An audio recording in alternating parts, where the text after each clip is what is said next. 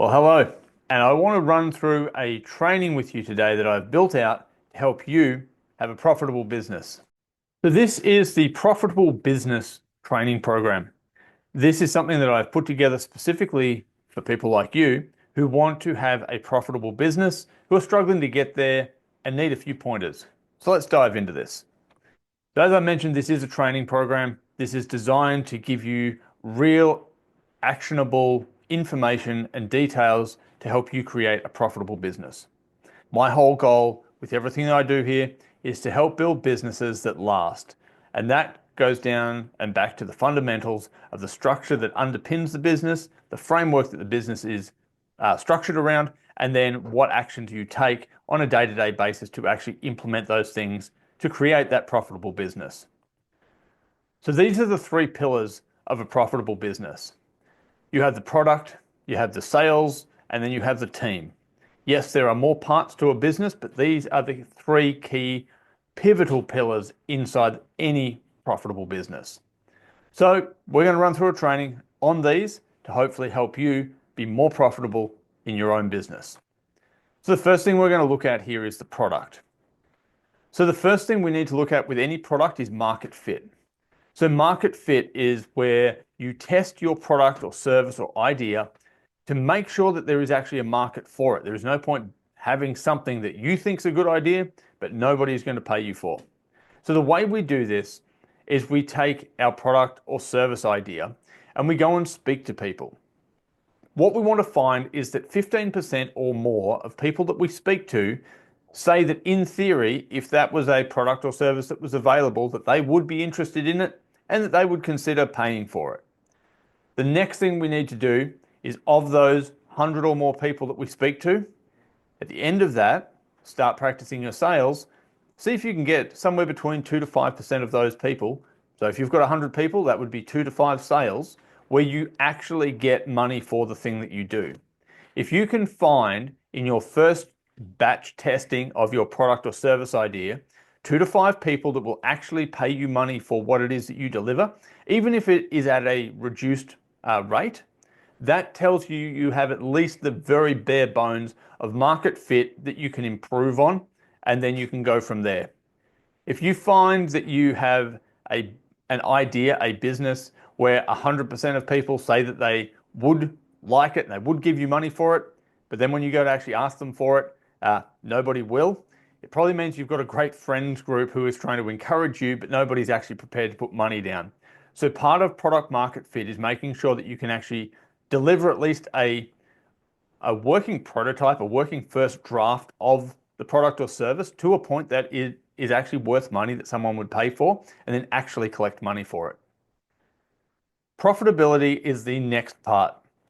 And so there's no point having a product or service if it's not a profitable product or service. So you need to know your unit level economics. That is, when you break down the function of the business and the producing of the product or the delivery of the service, what does it cost? How much profit do you make? And all the other metrics that go into knowing whether your actual thing is profitable. So let's go through this. The first thing you need to know is the cost of one product or one service in a unit price. Now, the best way to do that is to look at what you do over a month and then take all of the cost associated with that month and break it back down into the cost for the month divided by the amount of units sold. That will give you what your current unit level economic cost and profit ratios are. So we want to have a look at the cost. If it's a product, have a look at what it costs to produce one of those products. If it's a service, what are all the direct costs associated with delivering one of those services? That is going to be your cost. Then you're going to have the profit component. That can be called markup, it can be called a few different things, but effectively you have the cost of delivery, then you have the profit you build into what is going to become your sale price, or and from that you're going to understand what your gross profit is. Then you have all of your operating costs of your business. These are things that are not so much a cost associated with the actual product, they are a cost of running the business. Potentially this is things like advertising, it will be things like a physical office, it will be software that runs your business, it will be those kind of costs that are a bit harder to split into actual direct cost to the item itself or the service, but it is cost for running the business. So you're going to take your gross profit that you make after you sell X amount of your units, and then you have your operating costs to come out of that, and you're left with your net profit.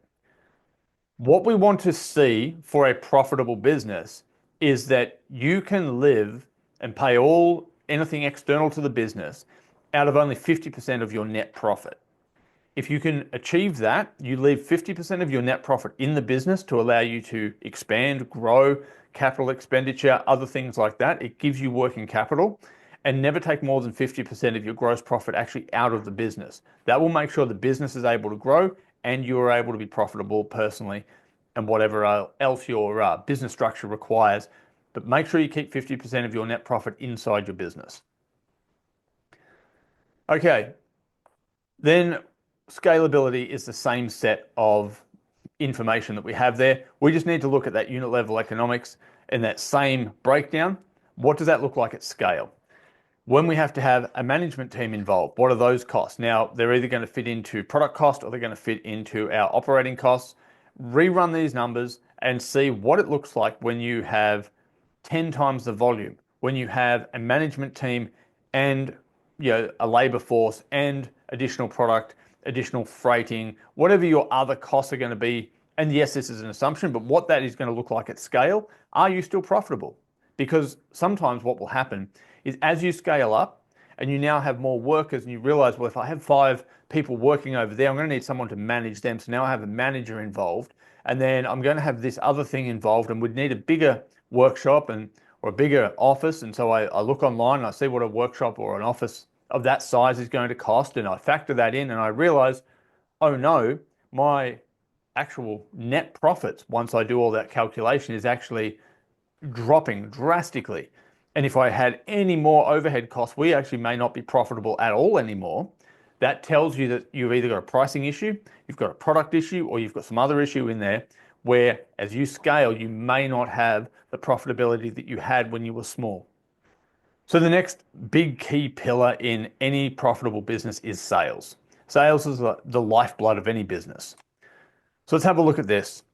In the first instance, what you need to have mapped out and know is your customer journey, which is how does a customer go from knowing nothing about you through to being a loyal, happy customer that just raves about you and tells everybody about you. So the first part is lead generation.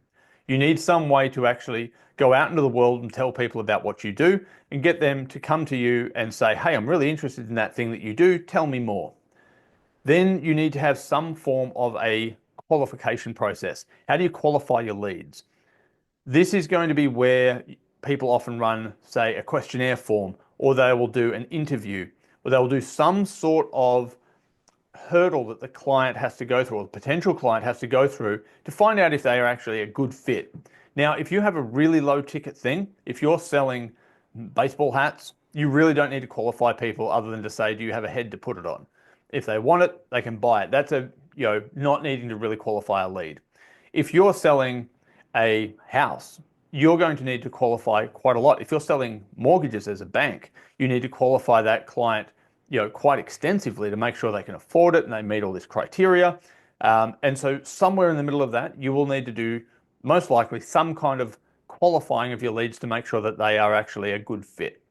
Then from that point, you need to nurture them through to the point that you can actually sell to them.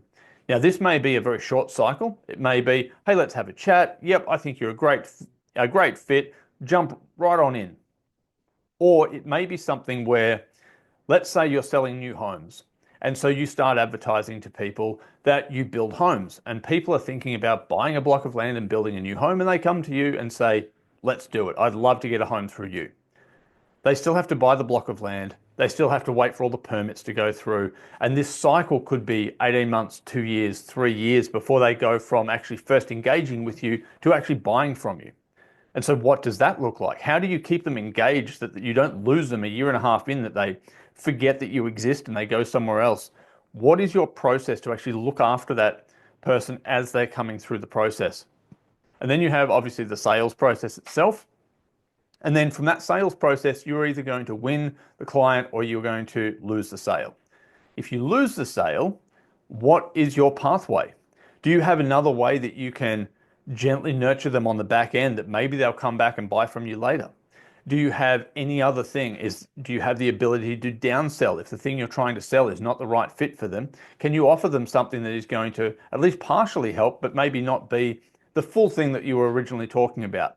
Do you have upsells? Maybe the thing that you're offering is just not quite good enough and they want something that's even better than that. They're prepared to pay for it, but they think the thing that you're offering may be not quite a right fit. What is your process at this win and lose point? Obviously, once you've won a sale, you then have fulfillment, which is another aspect that you need to put a lot of effort into. So the sales process itself, I can't run through everything that is going to teach you how to be a great salesperson. I am going to suggest that once you go through this sales process, you have that pre-qualification process, you have that vetting of clients before they get into your sales process. And then I would suggest you go look at Alex Hormozi's Closer Framework. He does really great teaching on it. It is a brilliant process that takes you through step by step, and it will help you build your sales script. And a sales script is something that for many, many years I was completely opposed to because I thought they are stupid, they don't sound genuine. I'll just talk. The problem is if you don't have a script, you can very easily be bumped off track, lose focus of where you're trying to walk your client through, because a sales process is you explaining to somebody how what you have is going to be really beneficial to them because you understand their problem, you understand the solution that you have. You're just trying to get them to understand that this solution is actually an amazing fit for them. And so you need to be able to stick to your points and communicate that clearly. So here is a great part to remember. Obstacles happen before the ask. Objections happen after. What we want to do is tackle obstacles and not objections. Because an objection is when somebody gets to the end, you tell them how much it is, and they're like, you know what, let me think about it. I'm not really sure. Yeah, it might be a little bit outside my price range. It's not really what I'm looking for. All of these things that you then have to kind of take a step back and try and work with them. The client's trying to hang up and end the call. They don't want to be there anymore. You're trying to kind of repitch or resell or try and figure out what's going on. And it can be a really awkward thing. If you deal with obstacles up front, then you can overcome these issues by explaining away their concerns before they ever come up at the end of the call. And if you do that well, you'll have almost no objections at the actual ask, at the point where you say, this is the thing, and it is only this much. And they go, wow, I can't believe that is such good value. Please sign me up. So there is a lot more to that, but that's the general overview. Okay, sales tracking. This is critical to having a profitable business because you have to know your numbers. This is just a very brief list of the very basics that you need to understand. You need to understand your cost per lead. So what does it cost for you to get somebody as a potential sale into your pipeline, into your business? Now that could be getting people's numbers. Let's say you go and actually pitch your product or service to companies, and you book a meeting, you get in front of a boardroom, you pitch a deal, you pitch your idea, whatever it is. What does that cost, and how often are you winning those? And the win rate is your CPA, your cost per acquisition. So how much cost are you putting in to actually get a sale? And then what's that sale worth? You can then calculate how much effort you're putting in and how much you're getting in return. The minimum that you want to have is a 3-to-1 ratio of your cost per acquisition. So if you have to spend $100 and after everything is accounted for, you have a gross profit of $300, a net profit of $300, then that means for every person that you sell, you can go and basically get 3 more clients. So you create this exponential curve of growth in the business. But if you don't track the numbers, you have no idea how much you're actually spending to get a client. And so you don't know whether it's actually profitable to continue to put more money into your advertising or your lead generation because you don't know whether it's actually converting. So you need to know those two at a minimum. And then you need a CRM.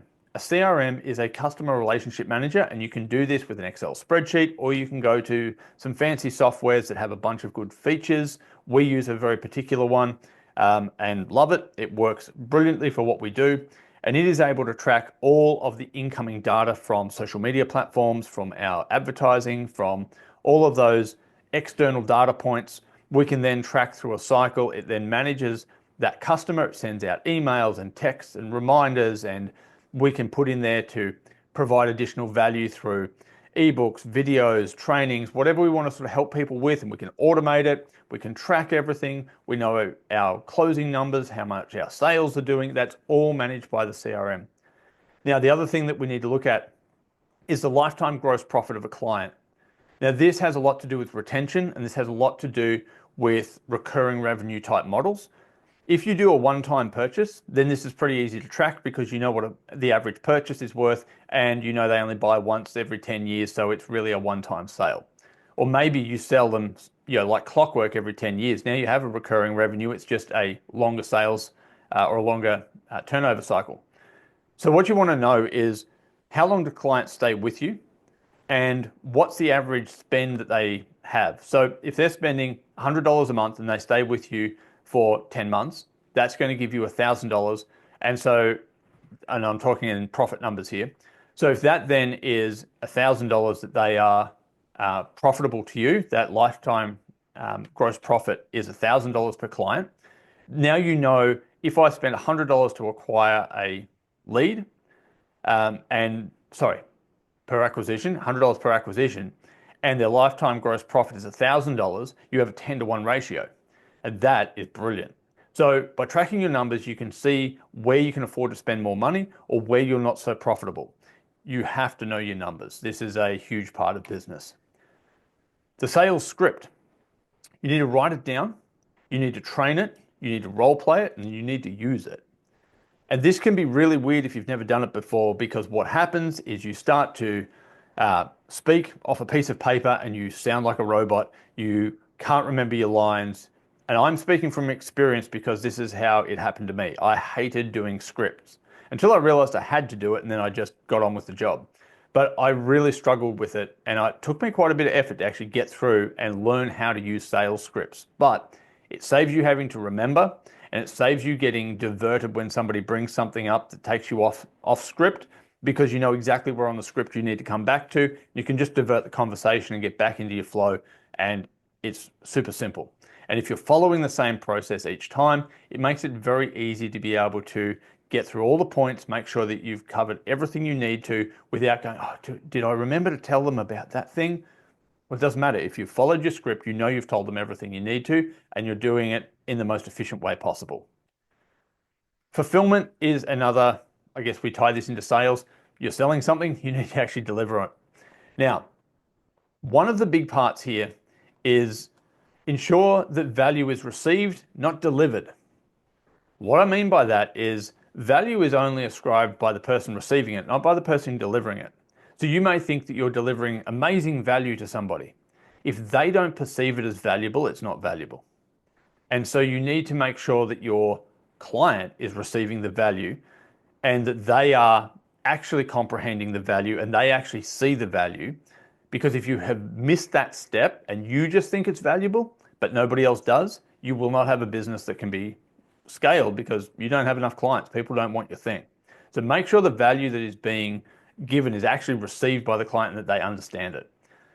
So you're going to have to understand what they want and how they want it, and that's going to dictate a lot of how you deliver on the fulfillment side. Some of the tips that you can do to increase that is increase the ease for the client. So if it's accessing something, make it simple to access. If it's something they need to do, try and make it as smooth and simple as possible.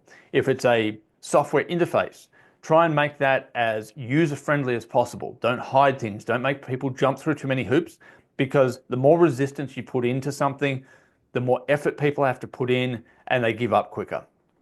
The other thing you can do is decrease the time to the result. So if you have something that most people, it takes 6 months to get whatever the result is, and you can do it in 3, you will have something that people just love you to bits for, and it has a higher perceived value because it has a shorter time frame for delivery. The other thing that is key to fulfillment is make sure you get feedback. Always ask, how was it? Did you enjoy it? Was there anything we could have done better? I'd love your feedback. Hey, here's a gift card. If I could just get 2 minutes on the phone with you just to get some honest feedback on how you found that whole process. Feedback is your lifeblood to make things better and make it more about what the client likes and what they perceive as valuable. And it may shock you the parts of whatever it is that you do that they find valuable and the parts that they don't care about that you think's amazing. That is a huge disconnect where people go into business because they think they have something everyone else wants, and it turns out people are actually interested for a completely different reason. If you don't ask and don't get the feedback, you have no idea, and you start trying to overdevelop a particular aspect of your product or service, and it actually means nothing to the client. The bit that they want is the bit that you don't care about. Fix that misalignment, and you'll have a much better product and much happier clients. Okay, the third pillar we've got is the team. Now, the team in any business is the business. Yes, the clients are, but without a team, you don't have a business either. So, recruitment. Most people don't realize that hiring people is a skill. And these are a couple of clear points. These are a couple of points that are going to make it easier to hire people. But I suggest you find some dedicated training. We do provide some, but some dedicated training on how to actually hire, how to recruit people, because it is a skill you are going to need if you run a business for the rest of your life. A couple of really important points. I was trying to find the right word there. These are really important. Clear communication, which I didn't do just then. Clear communication about the expectations of what their role is. This isn't just a verbal thing. You need to write down what it is that you're expecting of them and how they can actually achieve that goal. What does a good job look like? Explain how they'll be evaluated on their performance. We're looking for this. This is what KPIs are, key performance indicators. You need to have a job description that's very clearly laid out as to what the expectations are. You need to match the KPIs to that to say, this is where we're watching and tracking your performance to see whether you're performing well or not. This is how we're tracking that. And so they can understand, what does good look like? What does bad look like? And then if things go wrong, what is the chain of events and the consequences for not reaching their KPIs, not hitting their minimums? Is there going to be just a verbal warning? Are they at risk of losing their job if certain things happen? Communicate all of that up front. And then when something happens, you have already set the standard as to what is going to happen and what's expected, and you can hold them to account. If you've never made it clear to them what is actually expected, it's a little difficult to go back and say, well, I expected you to do this. And they say, well, you never told me that. Now it's a little bit harder to have to get rid of them. You look like the bad person in this whole discussion. I was going to use another word, but clearly communicating the expectations as to what you need from them, how they need to do it, and then what that looks like in the real world and what they're going to be measured against is going to make a massive difference when you go to recruit people. Training is a huge thing that most businesses overlook. Most people that you get that come into your business are going to be people that you gel with to some degree. There's more of a relational connection initially. Most people find that first. It's like, wow, he seems like a really nice guy. She seems like a really nice thing. I think she'd fit well with the business. And then if you find that and you find somebody who fits your culture, that they're teachable, they want to learn, they want to grow, they're all great attributes. And honestly, when you're recruiting, attributes are worth more than talent because you can teach. You can put your team through training and you can invest into them to make them, worth more. The reason most businesses don't is they think that if they train their workforce up and give them more skills, it makes them more employable elsewhere, and then they're going to up and leave from the business. And if you have a bad business and you're not running it properly, that is true. That could very much happen. However, the second part of this is if you invest into them and you build a company culture that is the kind of workplace that they don't want to leave, then you don't have that risk. And for the ones that then choose to leave anyway, they are the wrong character type to hang around your your business, they're not upholding your values, they're not the sort of person you want in your team anyway. So just let them go. Now, if a lot of people are waiting to do a training course just so that they can up and leave and go somewhere else, you have a culture problem in your business, and that's the thing that you need to fix. But make your team more valuable so that they can be more productive in your business. That makes you more money. Have them so skilled that they could leave, but so motivated to be a part of your business and your vision and your future that they want to stay. That is the ultimate goal that we're trying to build in our teams. The other thing that is going to give your team the drive to stay with you is a clear vision for the future so that they can see that there is a way for them to grow with you and that they are not just stuck doing this job for the next 30 years. Without a vision for their future, they have no hope, they have no drive, they have nothing to aim for. And if you take away that ability to strive for something greater, you get bored, you get disillusioned, and then your quality of life in that environment diminishes and you just want to get out of there. That's where most big businesses unfortunately fall down. So this is a key that I got from one of my coaches. Your business needs to be so big and your dream and your vision needs to be so big that the dreams of your entire team and your entire business, that all of their hopes and dreams can fit inside of your vision and your business. If you have a tiny little business and you have no plan to grow it, you have no plan to take on the world and see what can be done, but you're just, I'm just happy being this tiny little business. Then somebody comes into that going, this is a cool little job. They're like, is this really going to get me, maybe I could become more. Maybe I could push myself, but I can't go any further than where I am in this business. I think I need to go work somewhere else. So if you're going to have a business that is going to retain staff, it needs to have an ascension pathway where your team can see where they can elevate themselves, push themselves, and become more skilled, get paid better, and that they could hang around with you until they retire, and that they are going to do well financially, they're going to do well lifestyle-wise, all the things that mean something to them, and that all fits into your business plan and they can be part of it. You also need to have that growth plan for the future, not just an ascension pathway for the team members, but also a growth plan for the business itself. How are you going to grow the business to the point that you can have all of these people and all of their dreams inside of what you do? So this comes down to actually building a business that has a roadmap to get to this point where people can, if you've got great salespeople on your team, there are salespeople out there that are making $1 million a year doing commission-only sales. Could you grow your business to a point that could sustain that? If you had an amazing salesperson in your team and they know they could get a job somewhere where they could earn $1 million a year, do you have a roadmap that is going to allow them to do that inside of your business?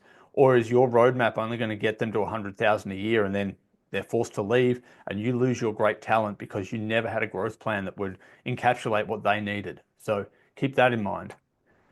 Now, this is my little bonus section for you. If you've made it this far in this video, then I hope this is a really good help to you.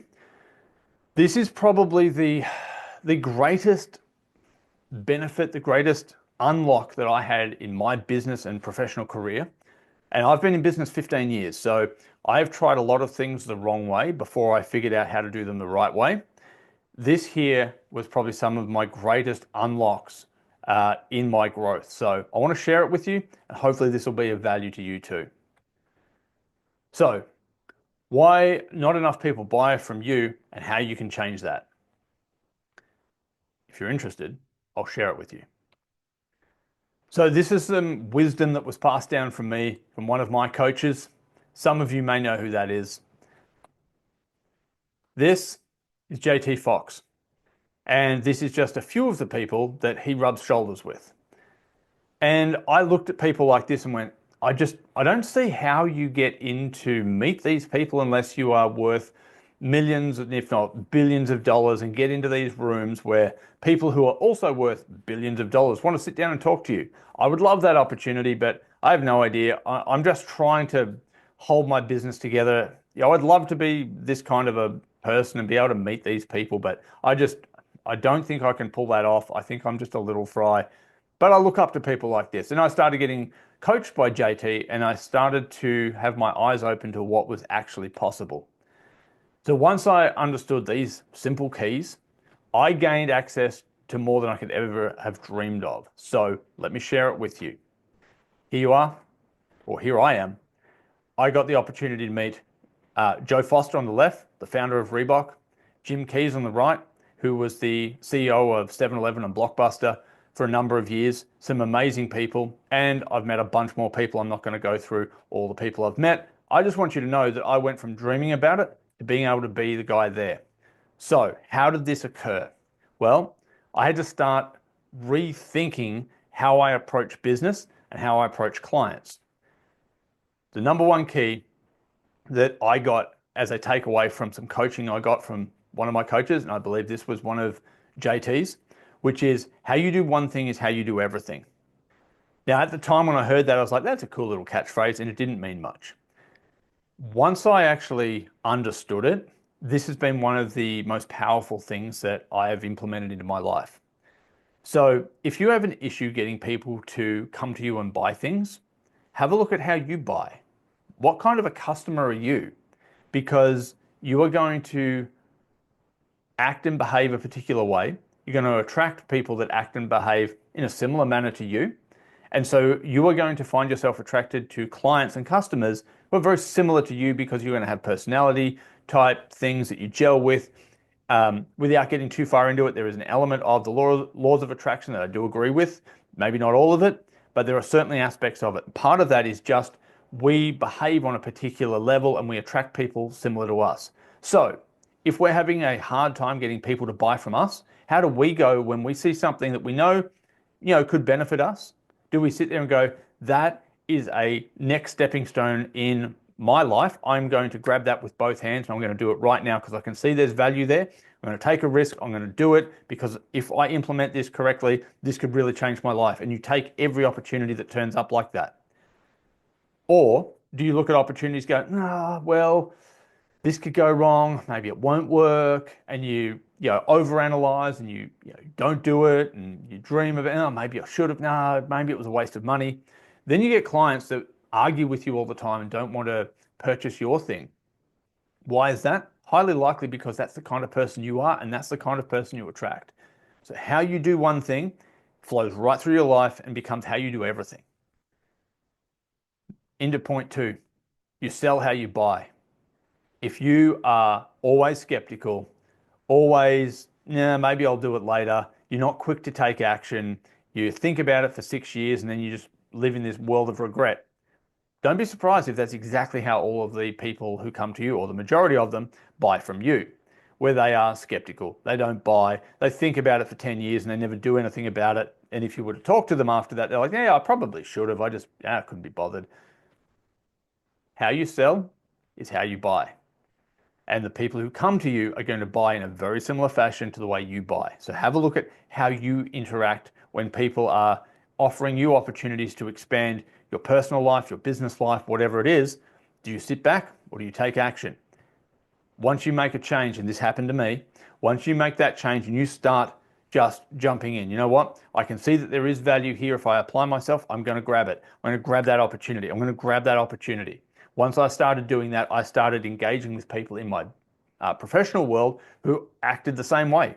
And now all of a sudden, when I was talking to people, they were like, hey, that's great. When could we get together? I'd love to be part of this. Hey, can I get that thing? Could you give me one of those? Can you sell me one of those? I want one of those. And I was like, where's all this coming from? But it was because I'd made the decision to start investing in myself and other people started investing. People aren't going to invest in you if you're not prepared to invest in you. Number 3, you're the product of every decision you've ever made.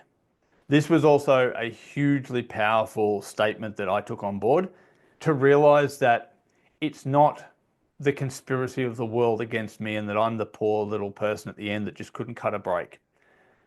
The reason that my life was the way it was and that my business was the way it was because of every decision I'd ever made.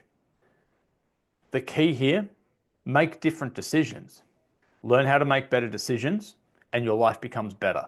The product of everything you do is evident through your life. So if you don't like where things are at the moment, make different decisions. Move faster on opportunities. Look for things that can further you and take those opportunities every time they turn up and just go all in on it. If you do that, you'll start surrounding yourself with people who are doing the same thing and going with the same intensity, and you will start to build a groundswell in your life that you won't recognize yourself very, very quickly. So if you don't have enough clients buying your product or service, it's most likely because of how you show up, not how they show up. You attract people into your world who are very much like you. If you become a different person, become a different person by your habits, and you will attract different people into your world. And so, as we've talked about, this is how you now do that. Communicate clearly when you're talking to people. Have their best interests at the core of what you do, not your own. If you're running a business because you want to be rich and make money off other people, and that's your driving motivation, you will remain poor, broke, and miserable, because you are going to exude that whenever you speak to somebody. You're going to have this attitude of, I'm here to take your money. Commission breath, sales breath, that kind of thing. If you're just there because you just want to find any way possible to get money out of people, that's where we get this feeling of somebody being sleazy, being a dirty salesperson that they're going to screw us over. They're just there to take all our money. That's because the motivation is wrong. If your motivation is, I'm doing this because I want to help people as much as possible, then people can tell that genuineness when you communicate that, when you communicate to them, and they are going to be way more likely to interact with you and to buy from you. The other big key is provide more value than you charge for. Again, value is perceived by the client, not perceived by you. So make sure you provide way more value than they could go elsewhere and get, or that they could spend their money and find somewhere else. So there's a whole teaching and instruction in this on how you do that. But at a base level, if something they understand, they would have to spend $3,000, and it's going to generally take around about 6 weeks to achieve whatever it is that they're trying to do. And you say, I have this thing, it'll only take a week, it only costs $1,000, and I can guarantee those same results. Then they already understand the average and standard anywhere else they were going to go is going to be that $3,000 in 6 weeks. And you're going to say, I'll get you that same end result, whatever that is, but it's only going to cost $1,000 and it's only going to take 1 week. Let's have a chat. You are going to have their interest because they're going, that is way more valuable than that thing that was my only other option. This now is a heaps better option. I love it. Let's talk. Now I'm skeptical as to whether you can deliver. If you can prove you can actually deliver that same result, you will have a sold client right then and there. So make sure you provide more value than you charge money for. Number 2, you attract people like you. So become the kind of customer that you want to have. And so by attracting other people, this is that part of the law of attraction I think does work, but it's about your character, because you tend to interact with people who are like you. You have those, you know those people who you just don't gel with. And other people, it's like, oh, I feel like I've known them for ages. You generally have similar interests. You generally behave in a similar way. You communicate in a similar way. And so you are going to attract people who are very similar to you. They are going to be the types of people that you just mesh with. So if you want to mesh with high-paying clients, people who move fast, people who make decisions well, people who like what you like and like what you offer, you need to become that same kind of client. When you see things of value, you move fast. When you see things that are worthwhile, you grab it with both hands. You do everything you can to try and make yourself a better person. Then you are going to attract people who are trying to do the same thing. So that is a really big key to being able to get more sales. So do you want to fast track your business growth? Most people who, if you've made it this far in the video, I assume you do because you're still interested. So if you want to fast track your business growth, here's my number 1 hack, and this is exactly what I did. So I went and got coaching.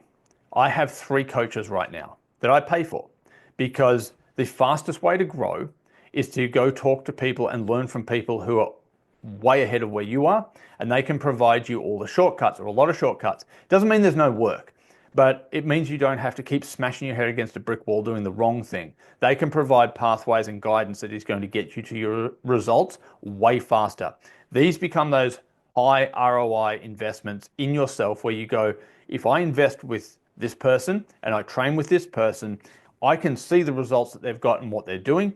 I want that. So I'm just going to go all in on this. I am going to try and extract everything I can out of this so that I can grow as quick as possible, so that I can then have a more profitable business, which is why we're here.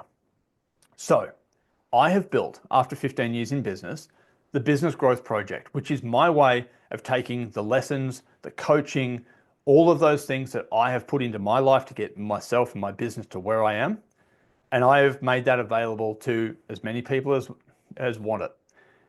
The process that we go through here is an assessment, because unfortunately, while there are millions of people that have small businesses that they're trying to grow, not everybody is an appropriate candidate to work with what we do. There's a couple of reasons for that. One is we want people who have already found that base level of product market fit. It's also why I put this training and other trainings out so that people can get this content for free, so that they can at least get the base level and get the wheels in motion. And then we can start to talk about how we can help them accelerate that, the things that we can tidy up along the way. It's the old analogy, it's much easier to turn a moving ship than to turn a stationary ship. If you have some momentum, then we can realign that and re-guide that way easier than trying to kickstart everything from the ground up. And so there are minimum requirements that are needed for people in business. The other thing is we want to make sure that you're somebody that is actually committed to growing your business and not just looking for a 2-second fix that's going to just be an empty promise of do this, do these 2 things and your business will just make millions of dollars. They don't exist. It's why those things are still out there being sold, because everyone's hoping for the magic pill.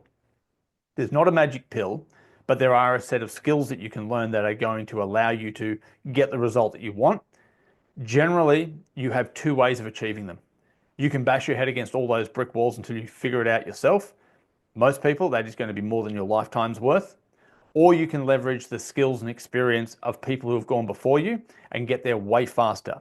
That's what business programs and business coaching is all about. So the Business Growth Project is exactly that.